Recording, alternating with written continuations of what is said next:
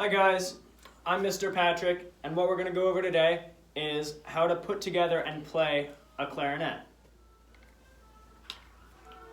Is this a clarinet? Brad, you silly goose. Alright class, before you start setting up your clarinet, you're going to take your reed, remove it from the case, and wet it by putting it in your mouth. Make sure you don't bite it. Alright class, so when you're assembling your clarinet, you're going to want to start with the bottom. So those are the parts that I'm going to explain first. You start with the bell. After the bell, you connect the lower joint. After you connect the lower joint, you're going to connect the upper joint.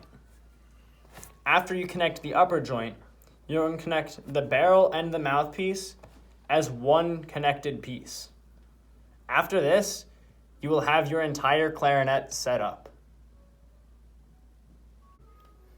All right, class, for assembly, you're going to take the bell, connect it to the lower joint, make sure the male end goes in the female end. You're going to connect it with small turns.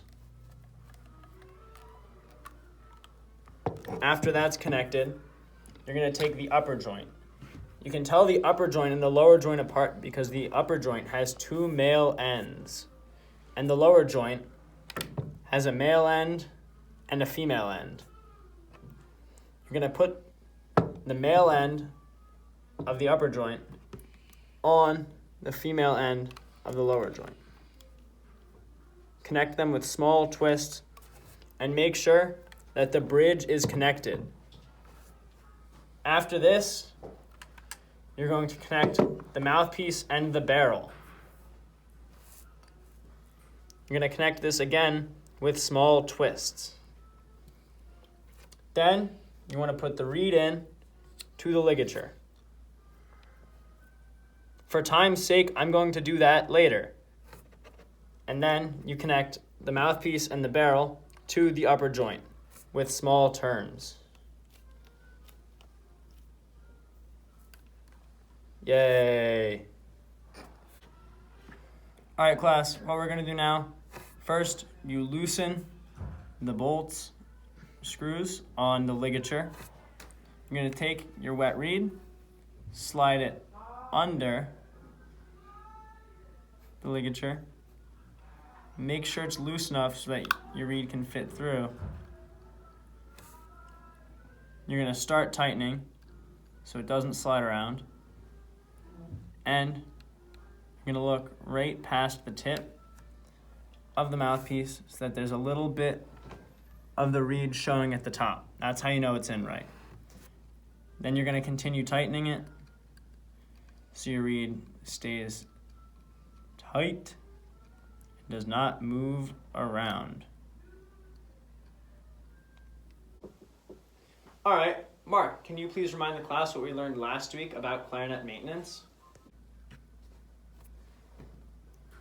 All right, now we are going to talk about maintenance. Here we have the cork on the male end of this here lower joint.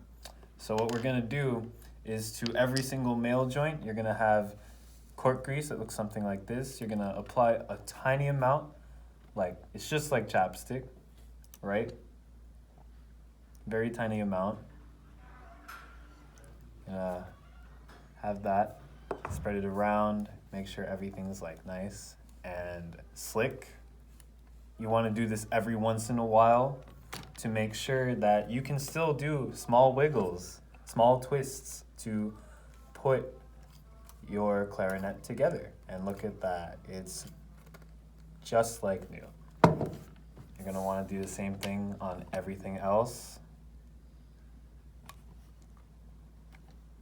This is my favorite part.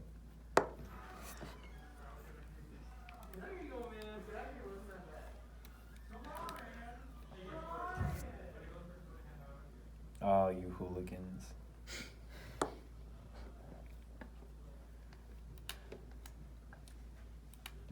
Here at Mason Gross, we like to have fun, as you could clearly hear out there. All right, I'm gonna twist this on. There.